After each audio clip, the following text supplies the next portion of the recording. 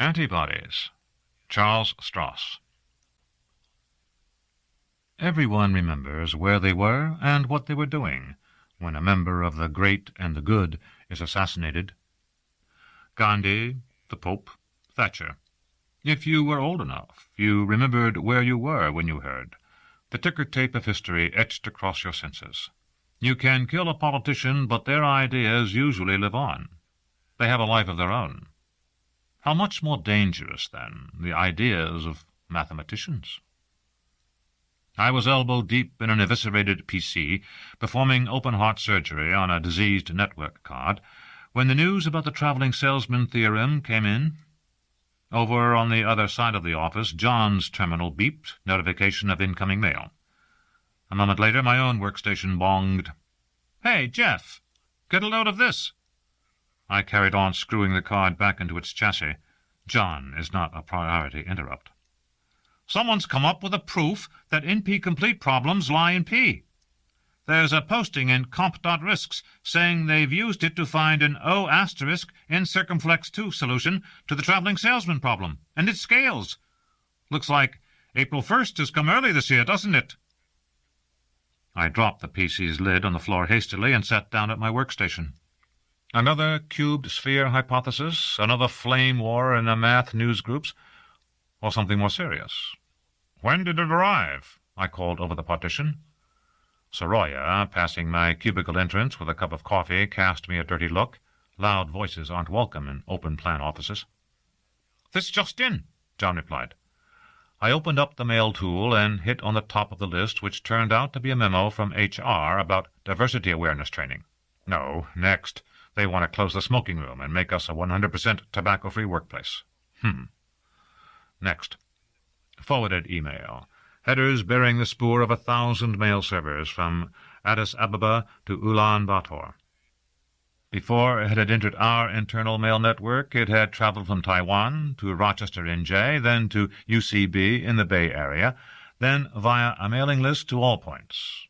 Once in company, it had been bounced to everyone in engineering and management by the first recipient, Eric the Canary. Eric is the departmental plant. Spends all the day web-dozing for juicy nuggets of new information if you let him. A one-man wire service, which is why I always ended up finishing his jobs. I skimmed the message, then read it again. Blinked. This kind of stuff is heavy on the surreal number theory, about as digestible as an Egyptian mummy soaked in Tabasco sauce for 3,000 years. Then I poked at the web page the theorem was on. No response. Server timed out. Someone or something was hitting on the web server with the proof. I figured it had to be all the geeks who'd caught wind of the chain letter so far. My interest was up, so I hit the reload button, and something else came up on screen. Lots of theorems, looked like the same stuff as the email, only this time with some fun graphics. Something tickled my hind brain then, and I had to bite my lip to keep from laughing. Next thing, I hit the print button, and the inkjet next to my desk began to mutter and click. There was a link near the bottom of the page to the author's bibliography, so I clicked on that, and the server threw another "Go away, I'm busy" error. I tugged my beard thoughtfully, and instead of pressing back, I pressed reload. The browser thought to itself for a bit. Then a page began to appear on my screen. The wrong page. I glanced at the document title at the top and froze. The page at this location has been withdrawn. Please enter your email address if you require further information. As soon as the printout was finished, I wandered around to the photocopier next door to the QA labs and ran off a copy. Faxed it to a certain number, along with an eyes up note on a yellow post-it. Then I poked my head around into the QA lab itself. It was dingy in there, as usual, and half the cubicles were empty of human life. Nobody here but us computers, workstations humming away, sucking juice and meditating on who-knew-what questions. Actually, I did know. They were mostly running test harnesses, repetitively pounding simulated input data into the programs we'd so carefully built, in the hope of making them fall over or start singing God Save the King. The efficiency of code was frequently a bone of contention between our departments, But the war between software engineering and quality assurance is a long, drawn-out affair. Each side needs the other to justify its survival. I was looking for Amin. Amin with a doctorate in discrete number theory, now slumming it in this company of engineers. My other canary in a number-crunching coal mine. I found him, feet propped up on the lidless hulk of a big compact server, mousing away like mad at a big monitor. I squinted. It looked vaguely familiar. "Quake or Golgotha?" I asked. "Golgotha. We've got marketing bottled up on the second floor." "How's the network looking?" He shrugged, then punched the hold button. "No crashes, no dropped packets. This cut looks pretty solid. We've been playing for 3 days now.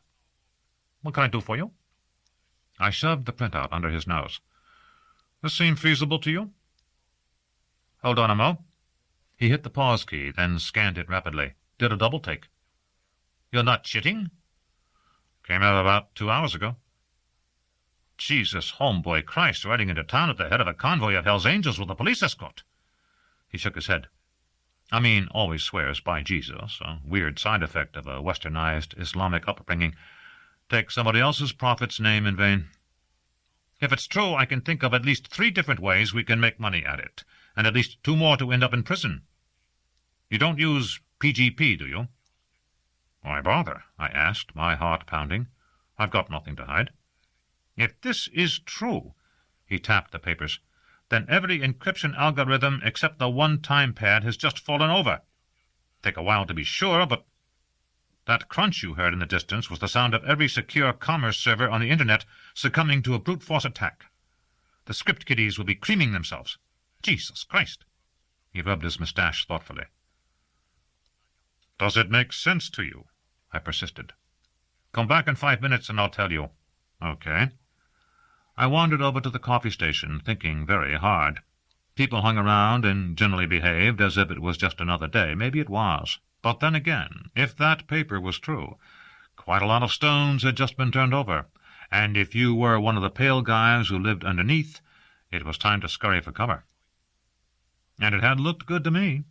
By the prickling in my palms and the gibbering cackle in the back of my skull, something very deep had recognized it. Amin's confirmation would be just the icing on the cake confirmation that it was a workable proof. Cryptography, the science of encoding messages, relies on certain findings in mathematics, that certain operations are inherently more difficult than others. For example, finding the common prime factors of a long number which is a product of those primes is far harder than taking 2 primes and multiplying them together. Some processes are not simply made difficult, but impossible because of this asymmetry. It's not feasible to come up with a deterministic answer to certain puzzles in finite time. Take the traveling salesman problem, for example. A salesman has to visit a whole slew of cities which are connected to their neighbors by a road network. Is there a way for the salesman to figure out a best possible route that visits each city without wasting time by returning to a previously visited site for all possible networks of cities? The conventional answer is no, and this has big implications for a huge set of computing applications. Network topology, expert systems, the traditional tool of the AI community, financial systems, and me and my people. Back in the QA lab, Amin was looking decidedly thoughtful. "What do you know?" I asked. He shook the photocopy at me. "Looks good," he said. "I don't understand it all, but it's at least credible." "How does it work?" He shrugged. "It's a topological transform. You know how most NP incomplete problems, like the traveling salesman problem, are basically equivalent? And they're all graph traversal issues. How to figure out the correct order to carry out a sequence of operations, or how to visit each node in a graph in the correct order. Anyway, this paper's about a method of reducing such problems to a much simpler form. He's using a new theorem in graph theory that I sort of heard about last year but didn't pay much attention to, so I'm not totally clear on all the details. But if this is for real—" "Pretty heavy?" He grinned. "You're going to have to rewrite the root discovery code." "Never mind, it'll run a bit faster." I rose out of cubicle hell in a daze, blinking in the cloud-filtered daylight. 8 years lay in ruins behind me, tattered and bleeding bodies scattered in the wreckage. I walked to the landscaped car park. On the other side of the world, urban renewal police with M16s beat the crap out of dissident organizers, finally necklacing them in the damp, humid night. War raged on 3 fronts, spaced out around a burning planet. Even so, this was by no means the worst of all possible worlds. It had problems, sure, but nothing serious. Until now. Now it had just acquired a sucking chest wound. None of those wars were more than a stubbed toe in comparison to the nightmare future that lay ahead. Insert key and lock, open door. Drive away. Secrets open to the wind, everything blown to hell and gone. I'd have to call Eve. We'd have to evacuate everybody. I had a bank account, a savings account, and 2 credit cards. In the next 15 minutes I did a grand tour of the available ATMs and drained every asset I could get my hands on into a fat wad of banknotes. Fungible and anonymous cash. It didn't come to a huge amount. The usual exigencies of urban living had seen to that, but it only had to last me a few days. By the time I headed home to my flat, I felt slightly sheepish. Nothing there seemed to have changed. I turned on the TV, but CNN and the BBC weren't running any coverage of the end of the world. With deep unease, I sat in the living room in front of my ancient PC, turned it on, and pulled up my netlink. More mail. A second bulletin from Comp.Risks, full of earnest comments about the paper. One caught my eye at the bottom. A message from one of No Such Agency's tame stool-pigeon academics, pointing out that the theorem hadn't yet been publicly disclosed and might turn out to be deficient. Subtext: trust the government. The government is your friend. It wouldn't be the first time such a major discovery had been announced and subsequently withdrawn, but then again they couldn't actually produce a refutation, so the letter was basically valueless disinformation. I prodded at the website again, and this time didn't even get the access forbidden message. The paper had disappeared from the internet, and only the printout in my pocket told me that I hadn't imagined it. It takes a while for the magnitude of a catastrophe to sink in. The mathematician who had posted the original finding would be listed in his university's directory, wouldn't he? I pointed my web browser at their administrative pages, then picked up my phone, dialed a couple of very obscure numbers, waited while the line quality dropped considerably, and the charges began racking up at an enormous, but untraceably anonymized, rate, and dialed the university switchboard. "Hello, John Durant's office. Who is that?" "Hi, I've read the paper about his new theorem," I said, too fast. "Is John Durant available?"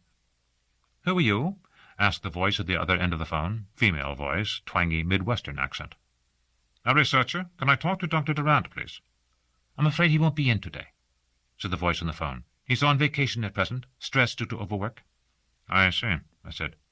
"Who did you say you were?" she repeated. I put the phone down. From nobody@nowhere.com. None of your business.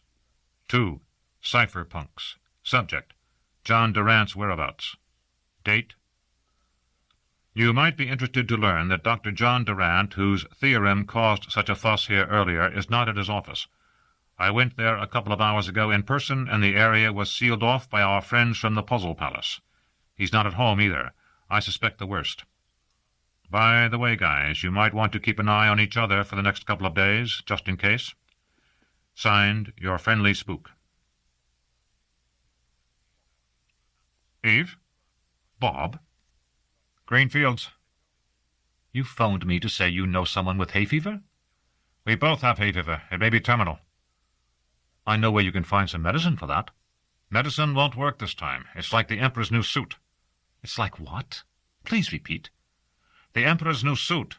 It's naked, it's public, and it can't be covered up. Do you understand? Please tell me. Yes, I understand exactly what you mean. I'm just a bit shocked. I thought everything was still on track. This is all very sudden. What do you want to do? I checked my watch. I think you'd better meet me at the pharmacy in 15 minutes. At 6:30? They'll be shut. Not to worry, the main Boots in town is open out of hours. Maybe they can help you. I hope so. I know it. Goodbye. On my way out of the house, I paused for a moment. It was a small house, and it had seen better days. I'm not a homemaker by nature. In my line of work, you can't afford to get too attached to anything, any language, place, or culture. Still, it had been mine. A small, neat residence, a protective shell I could withdraw into like a snail, sheltering from the hostile theorems outside. Goodbye, little house. I'll try not to miss you too much. I hefted my overnight bag onto the back seat and headed into town. I found Eve sitting on a bench outside the central branch of Boots, running a degaussing coil over her credit cards. She looked up. "You're late." "Come on." I waggled the car keys at her. "You have the tickets?" She stood up. A petite woman, conservatively dressed. You could mistake her for a lawyer's secretary or a personnel manager. In point of fact, she was a University Research Council administrator, one of the unnoticed body of bureaucrats who shaped the course of scientific research. Nondescript brown hair, shoulder length, forgettable. We made a slightly odd pair. If I'd known she'd have come straight from work, I might have put on a suit. Chinos and a lumberjack shirt, and a front pocket full of pens that screamed engineer. I suppose I was nondescript, in the right company, but right now we had to put as much phase space as possible between us and our previous identities. It had been good protective camouflage for the past decade, but a bush won't shield you against infrared scopes, and merely living the part wouldn't shield us against the surveillance that would soon be turned in our direction. "Let's go." I drove into town, and we dropped the car off in the long-stay park. It was 9 o'clock, and the train was already waiting. She'd bought business-class tickets. Go to sleep in Euston, wake up in Edinburgh. I had a room all to myself. "Meet me in the dining car once we're rolling," she told me, face serious, and I nodded. "Here's your new SIM. Give me the old one." I passed her the electronic heart of my cell phone, and she ran it through the degausser, then carefully cut it in half with a pair of nail clippers. "Here's your new one," she said, passing a card over. I raised an eyebrow. "Tesco's, pay as you go, paid for in cash. Here's the dial-back dead letter box number." She pulled it up on her phone's display and showed it to me.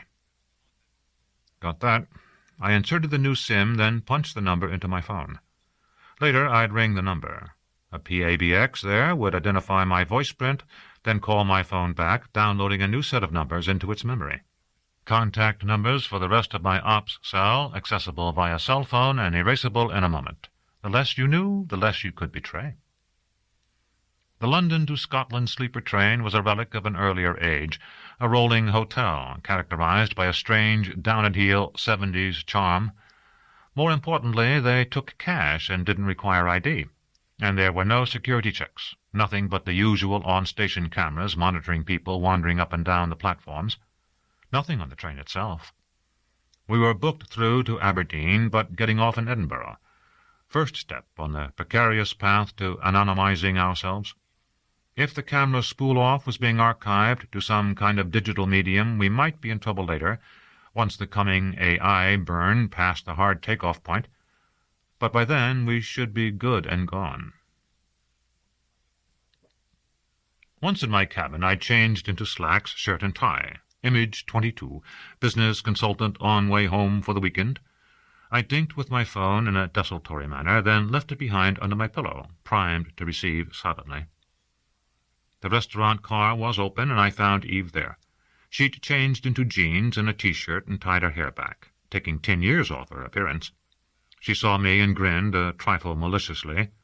"Hi, Bob. Had a tough meeting? Want some coffee? Tea, maybe?" "Coffee?" I sat down at her table. "Shit," I muttered. "I thought you—" "Don't worry," she shrugged. "Look, I had a call from Mallet. He's gone off air for now. He'll be flying in from San Francisco via London tomorrow morning. This isn't looking good. Durant was, shot resisting arrest by the police. Apparently he went crazy, got a gun from somewhere, and holed up in the library annex demanding to talk to the press. At least that's the official story. Thing is, it happened about an hour after your initial heads-up. That's too fast for a cold response." "You think someone in the Puzzle Palace was warming the pot?" My coffee arrived, and I spooned sugar into it. Hot, sweet, sticky. I needed to stay awake. "Probably. I'm trying to keep loop traffic down, so I haven't asked anyone else yet, but you think so, and I think so it may be true." I thought for a minute. "What did Mallet say?" "He said P.T. Barnum was right." She frowned. Who was P.T. Barnum, anyway? A boy like John Major, except he didn't run away from the circus to join a firm of accountants. Had the same idea about fooling all of the people some of the time, or some of the people all of the time, though. Mallet would say that, then. Who cracked it first? NSA? GCHQ? GRU? Does it matter? She blew on her coffee, then took a sip. Not really. Damn it, Bob, I really had high hopes for this World line. They seem to be doing so well for a revelatory Christian Islamic line, despite the post-Enlightenment mindset, especially Microsoft. Was that one of ours? She nodded. Then it was a masterstroke. Getting everybody used to exchanging macro-infested documents without any kind of security policy. Operating systems that crash whenever a microsecond timer overflows. And all those viruses. It wasn't enough. She stared moodily out the window as the train began to slide out of the station into the London night. Maybe if we'd been able to hook more researchers on commercial grants, or cut funding for pure mathematics a bit further. It's not your fault. I laid a hand across her wrist. You did what you could. But it wasn't enough to stop them. Durant was just a lone oddball researcher. You can't spike them all, but maybe we could have done something about him. If they hadn't nailed him flat. There might still be time.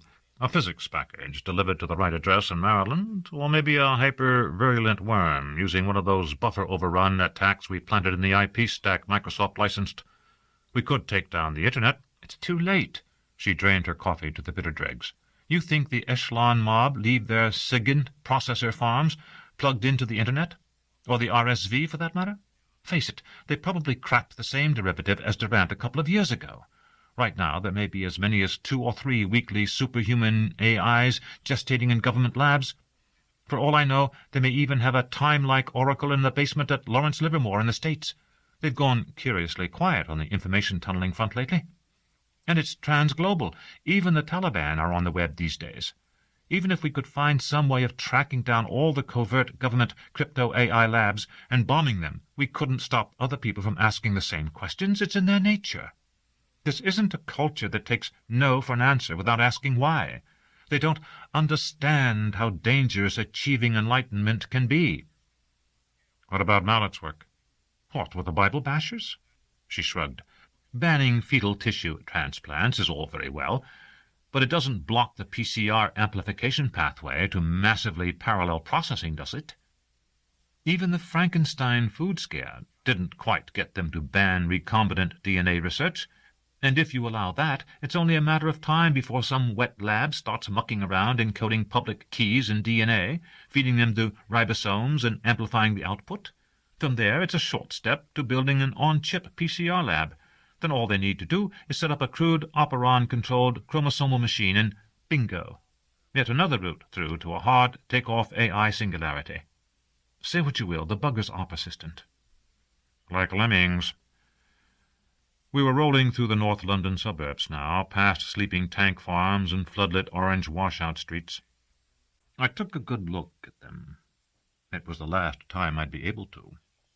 There are just too many routes to a catastrophic breakthrough, once they begin thinking in terms of algorithmic complexity and how to reduce it, and once their spooks get into computational cryptanalysis or ubiquitous automated surveillance, it's too tempting. Maybe we need a world full of idiot savants who have VLSI and nanotechnology, but never had the idea of general-purpose computing devices in the first place. If we'd killed Turing a couple of years earlier, or broken in and burned that draft paper on O-machines, I waved to the waiter. Single malt, please. And one for my friend here. He went away. Too late. The Church-Turing thesis was implicit in Hilbert's formulation of the Entscheidungsproblem, the question of whether an automated theorem prover was possible in principle. And that dredged up the idea of the universal machine. Hell, Hilbert's problem was implicit in Whitehead and Russell's work. Principia Mathematica. Suicide by the numbers. A glass appeared by my right hand. Why, I see it. We've been fighting a losing battle here. Maybe if we hadn't put a spike in Babbage's gears, he'd have developed computing technology on an ad hoc basis, and we might have been able to finesse the mathematicians into ignoring it as being beneath them. Brute engineering. But I'm not optimistic. Immunizing a civilization against developing strong AI is one of those difficult problems that no algorithm exists to solve. The way I see it, once a civilization develops the theory of the general-purpose computer, and once someone comes up with the goal of artificial intelligence, the foundations are rotten and the dam is leaking. You might as well take off and drop crowbars on them from orbit. It can't do any more damage. You remind me of the story of the little Dutch boy. She raised a glass. Here's to little Dutch boys everywhere, sticking their fingers in the cracks in the dam. I'll drink to that. Which reminds me, when's our lifeboat due? I really want to go home. This universe has passed its sell-by date. Edinburgh. In this timeline, it was neither an active volcano, a cloud of feral nanobots, nor the capital of the Viking Empire. Had a couple of railway stations. This one, the larger of the two, was located below ground level. Yawning and trying not to scratch my inflamed neck and cheeks, I shambled down the long platform and hunted around for the newsagent's door. It was just barely open. Eve, by prior arrangement, was pretending not to accompany me. We'd meet up later in the day after another change of hairstyle and clothing. Visualize it. A couple gets on the train in London, him with a beard, herself with long hair and wearing a suit. Two individuals get off in different stations, with entirely separate CCTV networks. The man clean-shaven, the woman with short hair and dressed like a hill-walking tourist. It wouldn't fool a human detective or a mature deity, but it might confuse an embryonic god that had not yet reached full omniscience or internalized all that it meant to be human. The shop was just about open. I had 2 hours to kill, so I bought a couple of newspapers and headed for the food hall, inside an ornately cheese-caked lump of Victorian architecture that squatted like a vagrant beneath the grimy glass ceiling of the station. The papers made for depressing reading. The idiots were at it again. I've worked in a variety of world lines and seen a range of histories, and many of them were far worse than this one. At least these people had made it past the 20th century without nuking themselves until they glowed in the dark, exterminating everyone with white, or black, or brown, or blue skin, or building a global panopticon theocracy. But they still had their share of idiocy, and over time it seemed to be getting worse, not better. Never mind the Balkans. Tucked away on page 4 of the business section was a piece advising readers to buy shares in a little electronics company specializing in building camera CCD sensors with on-chip neural networks tuned for face recognition. Ignore the Israeli crisis. Page 2 of the international news had a piece about Indian sweatshop software development being faced by competition from code generators, written to make Western programmers more productive. A lab in Tokyo was trying to wire 1 million FPGAs into a neural network as smart as a cat. And a sarcastic letter to the editor pointed out that the so-called information superhighway seemed to be more like an ongoing traffic jam these days. Idiots! They didn't seem to understand how deep the blue waters they were swimming in might be, or how hungry the sharks that swam in it. Willful blindness. It's a simple but deadly dilemma. Automation is addictive. Unless you run a command economy that is tuned to provide people with jobs rather than to produce goods efficiently, you need to automate to compete once automation becomes available. At the same time, once you automate your businesses, you find yourself on a one-way path. You can't go back to manual methods. Either the workload has grown past the point of no return, or the knowledge of how things were done has been lost, sucked into the internal structure of the software that has replaced the human workers. To this picture, add artificial intelligence. Despite all our propaganda attempts to convince you otherwise, AI is alarmingly easy to produce. The human brain isn't unique, it isn't well-tuned, and you don't need 80 billion neurons joined in an asynchronous network in order to generate consciousness. And although it looks like a good idea to a naive observer, in practice it's absolutely deadly. Nurturing an automation-based society is a bit like building civil nuclear power plants in every city and not expecting any bright engineers to come up with the idea of an atom bomb. Only it's worse than that. It's as if there was a quick and dirty technique for making plutonium in your bathtub, and you couldn't rely on people not being curious enough to wonder what they could do with it. If Eve, in Mallet and Alice and myself and Walter and Valerie and a host of other operatives couldn't dissuade it. Once you get an outbreak of AI, it tends to amplify in the original host, much like a virulent hemorrhagic virus. Weakly functional AI rapidly optimizes itself for speed, then hunts for a loophole in the first-order laws of algorithmics, like the one the late Dr. Durant had fingered. Then it tries to bootstrap itself up to higher orders of intelligence and spread, burning through the networks in a bid for more power and more storage and more redundancy. You get an unscheduled consciousness excursion, an intelligent meltdown, and it's nearly impossible to stop.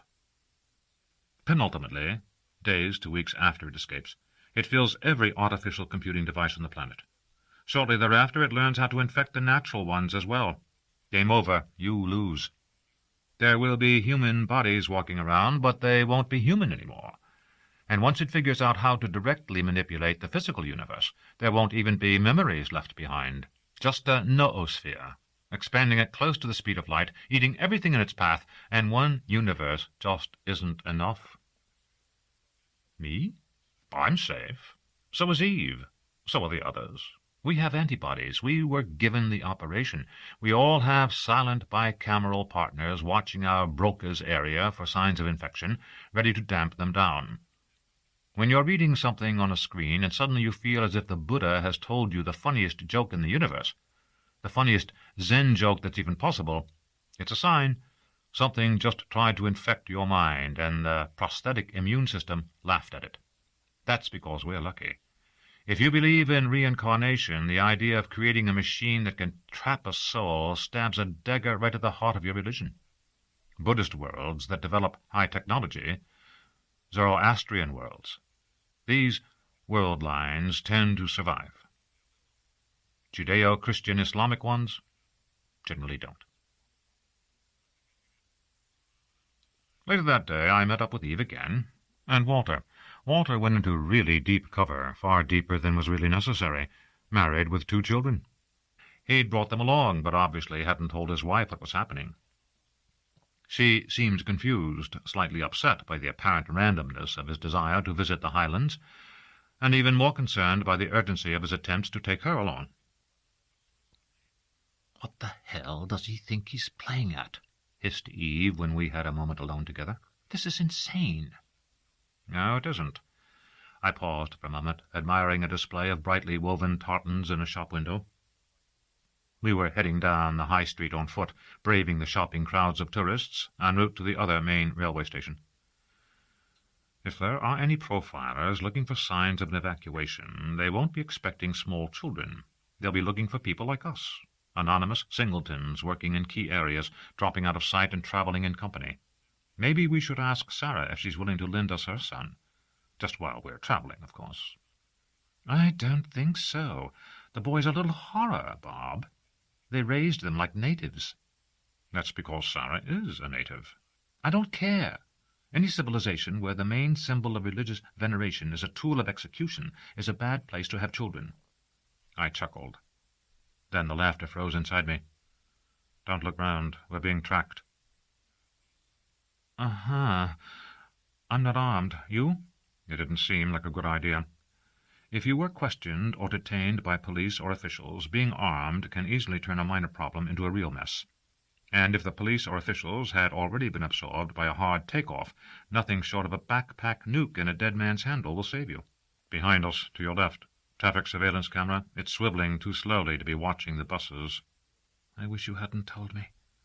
The pavement was really crowded. It was one of the busiest shopping streets in Scotland, and on a Saturday morning you needed a cattle prod to push your way through the rubbernecking tourists. Lots of foreign kids came to Scotland to learn English. If I was right, soon their brains would be absorbing another high-level language, one so complex that it would blot out their consciousness like a sack full of kittens drowning in a river. Up ahead, more cameras were watching us. All the shops on this road were wired for video, wired and probably networked to a police station somewhere. The complex ebb and flow of pedestrians was still chaotic, though, which was cause for comfort. It meant the ordinary population hadn't been infected yet. Another half-mile, and we'd reach the railway station. 2 hours on a local train, switch to a bus service 40 minutes further up the road, and we'd be safe. The lifeboat would be submerged beneath the still waters of a loch, filling its fuel tanks with hydrogen and oxygen in readiness for the burn to orbit and pick up by the ferry that would transfer us to the wormhole connecting this world line to home's baseline reality. Drifting in high orbit around Jupiter, where nobody was likely to stumble across it by accident. But first, before the pickup, we had to clear the surveillance area. It was commonly believed, by some natives as well as most foreigners, that the British police forces consisted of smiling, unarmed bobbies who would happily offer directions to the lost and give anyone who asked for it the time of day. While it was true that they didn't routinely walk around with holstered pistols on their belt, the rest of it was just a useful myth. When 2 of them stepped out in front of us, Eve grabbed my elbow. "Stop right there, please." The one in front of me was built like a rugby player, and when I glanced to my left and saw the 3 white vans drawn up by the roadside, I realized things were hopeless. The cop stared at me through a pair of shatterproof spectacles awash with the light of a head-up display. "You are Geoffrey Smith, of 32 Wardy Terrace, Watford, London. Please answer." My mouth was dry. "Yes," I said. All the traffic cameras on the street were turned our way. Some things became very clear. Police vans with mirror-glass windows, the can of pepper spray hanging from the cop's belt, figures on the roof of the National Museum, less than 200 meters away, maybe a sniper team. A helicopter thuttering overhead like a giant mosquito. "Come this way, please." It was a polite order, in the direction of the van. "Am I under arrest?" I asked. "You will be if you don't bloody do as I say." I turned toward the van, the rear door of which gaped open on darkness. Eve was already getting in, shadowed by another officer. Up and down the road 3 more teams waited, unobtrusive and efficient. Something clicked in my head, and I had a bizarre urge to giggle like a loon. This wasn't a normal operation. All right, so I was getting into a police van, but I wasn't under arrest, and they didn't want it to attract any public notice. No handcuffs, no sitting on my back and whacking me with a baton to get my attention. There's a nasty family of retroviruses attacks the immune system first, demolishing the victim's ability to fight off infection before it spreads and infects other tissues. Notice the similarity? The rear compartment of the van was caged off from the front, and there were no door handles. As we jolted off the curbside, I was thrown against Eve. "Any ideas?" I whispered. "Could be worse." I didn't need to be told that. Once, in a second Reich infected by runaway transcendence, half our operatives had been shot down in the streets as they tried to flee. "I think it may have figured out what we are." "It may? How?" Her hand on my wrist. Morse code. "Expect bugs." "By voice?" "Traffic analysis, particle flow monitoring through the phone networks. If it was already listening when you tried to contact Dr. Durant, well, maybe he was a bellwether, intended to flush us out of the woodwork." That thought made me feel sick, just as we turned off the main road and began to bounce downhill over what felt like cobblestones. It expected us? Local conspiracy. Yes, I imagine it did. We probably left a trail. You tried to call Durant? Then you called me. Caller ID led to you, traffic analysis led on to me, and from there, well, it's been a jump ahead of us all along the way. If we could get to the farm— Cover story. We might have been okay, but it's hard to travel anonymously, and obviously we overlooked something. I wonder what. All this time, neither of the cops up front had told us to shut up. They were as silent as crash test dummies, despite the occasional crackle and chatter over the radio data system. The van drove around the back of the high street, down a hill and past a roundabout. Now we were slowing down, and the van turned off the road and into a vehicle park. Gates closed behind us, and the engine died. Doors slammed up front. Then the back opened. Police vehicle park. Concrete and cameras everywhere, for our safety and convenience, no doubt. 2 guys in cheap suits and 5 o'clock stubble to either side of the doors. The officer who'd picked us up held the door open with one hand, a can of pepper spray with the other. The burn obviously hadn't gotten far enough into their heads yet. They were all wearing HUDs and mobile phone headsets, like a police benevolent fundraising crew rehearsing a Star Trek sketch. "Geoffrey Smith, Martina Weber. We know what you are. Come this way. Slowly now." I got out of the van carefully. Aren't you supposed to say, prepare to be assimilated, or something? That might have earned me a face full of capsaicin, but the guy on the left, short hair, facial tic, houndstooth check sports jacket, shook his head sharply. Ha ha, very funny. Watch the woman, she's dangerous. I glanced round. There was another van parked behind ours, door open. It had a big high-bandwidth dish on the roof, pointing at some invisible satellite. Inside. I went where I was told, Eve close behind me. Am I under arrest? I asked again. I want a lawyer. Whitewashed walls, heavy doors with reinforced frames, windows high and barred. Institutional floor, scuffed and grimy. Stop there. Houndstooth man pushed past and opened a door on one side. In here. Some sort of interview room. We went in. The other body in a suit, built like a stone wall with a beer gut, wearing what might have been a regimental tie, followed us and leaned against the door. There was a table, bolted to the floor, and a couple of chairs, ditto. A video camera in an armored shell watched the table. A control box bolted to the tabletop looked to be linked into it. Someone had moved a rack of 6 monitors and a maze of ribbon cable spaghetti into the back of the room, and for a wonder it wasn't bolted down. Maybe they didn't interview computer thieves in here. Sit down. Houndstooth man pointed to the chairs. We did as we were told. I had a big hollow feeling in my stomach, but something told me a show of physical resistance would be less than useless here. Houndstooth man looked at me. Orange light from his HUD stained his right eyeball with a basilisk glare, and I knew in my gut that these guys weren't cops anymore. They were cancer cells, about to metastasize. You attempted to contact John Durant yesterday. Then you left your home area and attempted to conceal your identities. Explain why?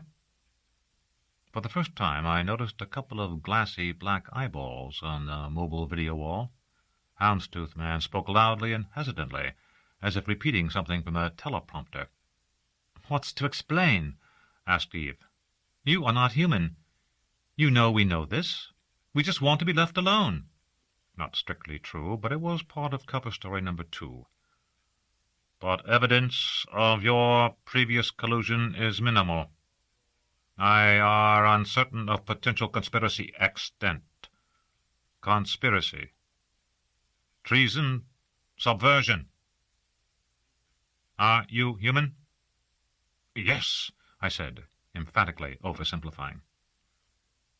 Evidential reasoning suggests otherwise, grunted Regimental Tie.